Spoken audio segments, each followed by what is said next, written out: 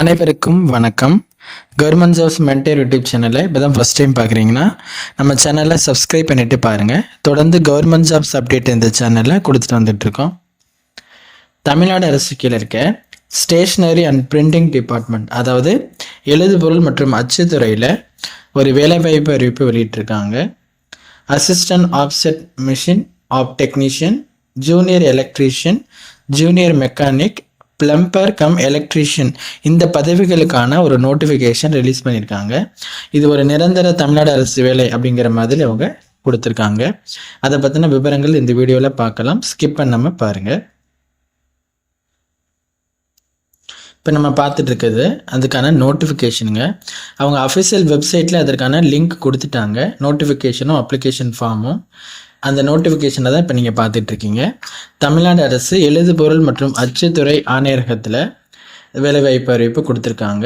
அதில் அவங்க என்னென்ன பதவிகள் அப்படின்னு சொல்லி பார்த்தோம் அப்படின்னாக்க, உதவி ஆஃப்செட் மிஷின் டெக்னீஷியன், அதாவது அசிஸ்டன்ட் ஆஃப்செட் மிஷின் டெக்னீஷியன் அந்த போஸ்ட்டுக்கும், இளநிலை மின் விநியோகர் அதாவது ஜூனியர் எலக்ட்ரீஷியன் அதற்கான போஸ்ட்டுக்கும், இளநிலை கம்மியர் ஜூனியர் மெக்கானிக் அதற்கும், பிளம்பர் கம் எலக்ட்ரீஷியன் அந்த போஸ்ட்டுக்குமான வேக்கன்சிஸ் ரிலீஸ் பண்ணியிருக்காங்க. இது வந்து நேரடி நியமனம் அப்படிங்கிற மாதிரி கொடுத்துருக்காங்க. இந்த போஸ்ட்டுக்கெலாம் அப்ளை பண்ணுறதுக்கான கடைசி தேதி 19/9/2025 செப்டம்பர் மாதம் 19ஆம் தேதிக்குள்ளே நீங்கள் அப்ளை பண்ணணும். இப்போ நம்ம ஒவ்வொரு பதவியையும் தனித்தனியாக காலி பணியிடங்கள் என்ன, கல்வி தகுதி என்ன அப்படிங்கிற விவரம் பார்க்கலாம். ஃபர்ஸ்ட் நம்ம பார்க்க போகிற பதவியின் பேர் வந்து அசிஸ்டன்ட் ஆஃப்செட் மிஷின் டெக்னீஷியன் அந்த போஸ்ட்டுக்கானது. இதற்கான சம்பளம் பார்த்தீங்கன்னா 19,500 71,900 வரைக்கும் உங்களுக்கு சம்பளம் கொடுக்குறாங்க. இதில் எவ்வளோ காலி பணியிடங்கள் இருக்குது அப்படின்னா, அசிஸ்டன்ட் ஆஃப்செட் மிஷின் டெக்னீஷியனுக்கு 19 காலி பணியிடங்கள் கொடுத்துருக்காங்க. இந்த 19 காலி பணியிடங்களும் இனசுழற்சி முறையில் கேட்டகரி வைஸ் யாருக்கு ஒதுக்கியிருக்காங்க அப்படிங்கிறத அவங்க கொடுத்துருக்காங்க. அதை நீங்கள் பார்த்து தெரிஞ்சுக்க முடியும். அடுத்து இந்த பதவிக்கான கல்வி தகுதி என்னன்னு பார்த்தீங்க அப்படின்னா, நீங்கள் 10th பாஸ் பண்ணியிருக்கணும். ப்ளஸ் கூடுதலாக டிப்ளமோவில் பிரிண்டிங் டெக்னாலஜி நீங்கள் முடிச்சிருக்கீங்க அப்படின்னா அப்ளை பண்ணிக்கலாம். அல்லது டிப்ளமோவில் பிரிண்டிங் டெக்னாலஜி இல்லாமல் டெக்னிக்கல் ட்ரேட் சர்டிஃபிகேட்டில் லித்தோ ஆஃப்செட் மிஷின் அது நீங்கள் கம்ப்ளீட் பண்ணியிருந்தாலும் இந்த போஸ்ட்டுக்கு அப்ளை பண்ணிக்கலாம். கூடுதலாக எக்ஸ்பீரியன்ஸ் இந்த பதவிக்கு இருக்குது. அனுபவம் என்ன அப்படின்னா, நீங்கள் டிப்ளமோவில் பிரிண்டிங் டெக்னாலஜி முடித்த கேண்டிடேட்டாக இருந்தீங்க அப்படின்னாக்க உங்களுக்கு 1 வருட அனுபவம் இருக்கணும் அதில் அந்த ஃபீல்டில் அப்படின்னு சொல்லி கேட்டிருக்காங்க. அடுத்து நீங்கள் ஐடிஐ முடிச்சு அந்த இதில், அதாவது ட்ரேட் சர்டிஃபிகேட் வச்சு நீங்கள் அப்ளை பண்ணுற கேண்டிடேட்டாக இருந்தீங்க அப்படின்னா 3 வருடம் அந்த ஃபீல்டில் நீங்கள் எக்ஸ்பீரியன்ஸ் வச்சுருக்கணும் அப்படின்னு சொல்லி கொடுத்துருக்காங்க. அதை நீங்கள் ஃபாலோ பண்ணிக்கோங்க. அடுத்து நம்ம பார்க்க போகிற பதவியின் பேர் வந்து ஜூனியர் எலக்ட்ரீஷியன். ஜூனியர் எலக்ட்ரீஷியனுக்கு மொத்த காலி பணியிடங்கள் 14 காலி பணியிடங்கள் ஒதுக்கியிருக்காங்க. அதற்கும் பார்த்தீங்க அப்படின்னா இலசுழற்சி முறையில் எந்தெந்த கேட்டகரிக்கு யாருக்கு வேக்கன்சி ஒதுக்கியிருக்காங்க அப்படிங்கிறது கொடுத்துருப்பாங்க. அந்த 14 வேக்கன்சிக்கும் அதை நீங்கள் பார்த்துக்கோங்க. ஜூனியர் எலக்ட்ரீஷியனுக்கான கல்வி தகுதி என்ன அப்படின்னு பார்த்தீங்கன்னா, நீங்கள் 10th முடிச்சுட்டு கூடுதலாக அதனோட டெக்னிக்கல் ட்ரேடு சர்டிஃபிகேட் எலக்ட்ரீஷியனில் நீங்கள் கம்ப்ளீட் பண்ணியிருக்கீங்க அப்படின்னா, ஐடிஐயில் எலக்ட்ரீஷியனுக்கு ஐடிஐ நீங்கள் கம்ப்ளீட் பண்ணி வாங்கியிருக்கீங்க, சர்டிஃபிகேட் இருக்குது அப்படின்னா நீங்கள் அப்ளை பண்ணிக்கலாம்.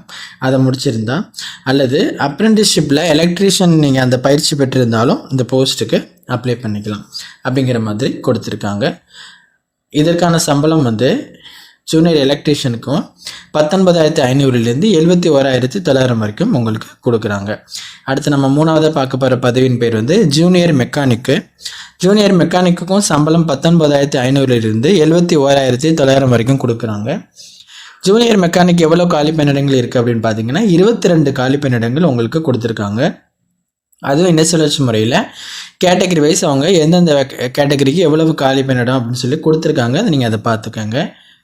நெக்ஸ்ட் அந்த 22 காலி பணியிடங்கள் ஜூனியர் மெக்கானிக்குக்கான கல்வி தகுதி என்ன அப்படின்னா, நீங்கள் 10th பாஸ் பண்ணிவிட்டு கூடுதலாக அதோட டெக்னிக்கல் ட்ரேட் சர்டிஃபிகேட் மெக்கானிக்கில் ஐடிஐ கம்ப்ளீட் பண்ணவங்களா இருந்தால் நீங்கள் இந்த போஸ்ட்டுக்கு அப்ளை பண்ணிக்கலாம்.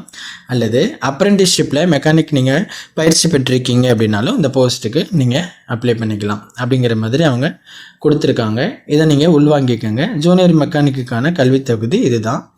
நெக்ஸ்ட் நம்ம கடைசியாக பார்க்க போகிற பதவியின் பேர் வந்து பிளம்பர் கம் எலக்ட்ரீஷியன். அந்த பிளம்பர் கம் எலக்ட்ரீஷியனுக்கான சம்பளம் 19,500 71,900 வரைக்கும் கொடுக்குறாங்க. இது ஒரு காலி பணியிடங்கள் தான் இருக்குது. இதற்கான கல்வி தகுதி நீங்கள் எஸ்எஸ்எல்சி 10th முடிச்சுட்டு கூடுதலாக டெக்னிக்கல் ட்ரேட் சர்டிஃபிகேட்டில் ஐடிஐயில் ப்ளம்பரிங் பண்ணியிருக்கீங்க அப்படின்னாக்கா முடிச்சிருக்கீங்கன்னா இந்த போஸ்ட்டுக்கு அப்ளை பண்ணிக்கலாம். இப்போ நம்ம 4 விதமான பதவிகளுக்கும் என்னென்ன பதவி, என்ன வேக்கன்சிஸ், அதற்கான கல்வி தகுதி என்ன அப்படிங்கிறது பார்த்தோம். சம்பள விகிதமும் பார்த்துட்டோம்.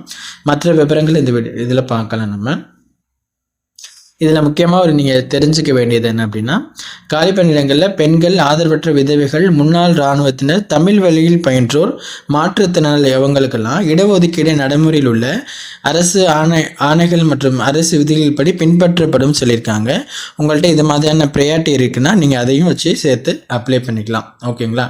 அதனால் நீங்கள் பிஎஸ்டிஎம் இது மாதிரியான ப்ரையாரிட்டி சர்டிஃபிகேட்லாம் இருந்துச்சுன்னா கண்டிப்பாக அதையும் சேர்த்து வச்சு அப்ளை பண்ணுங்கள். நெக்ஸ்ட், இதற்கான வயது வரம்பு குறைந்தபட்சம் 18 வயதாக இருக்கணும் அப்படிங்கிற மாதிரி கொடுத்துருக்காங்க. அதிகபட்ச வயது என்னன்னு பார்க்கலாம்.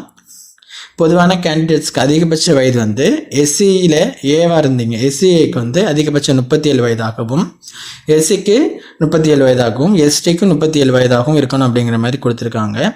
நெக்ஸ்ட், பிசி அப்புறம் எம்பிசி அண்ட் டிஎன்சிக்கு வந்து 34 வயதுக்குள்ளே இருக்கணும் அப்படிங்கிற மாதிரி கொடுத்துருக்காங்க.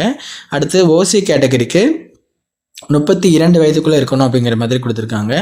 டிஃப்ரெண்ட்லி ஏபிள்டு பர்சனாக இருக்கீங்க அப்படின்னா நீங்கள் 42 வயதுக்குள்ளே இருக்கலாம்.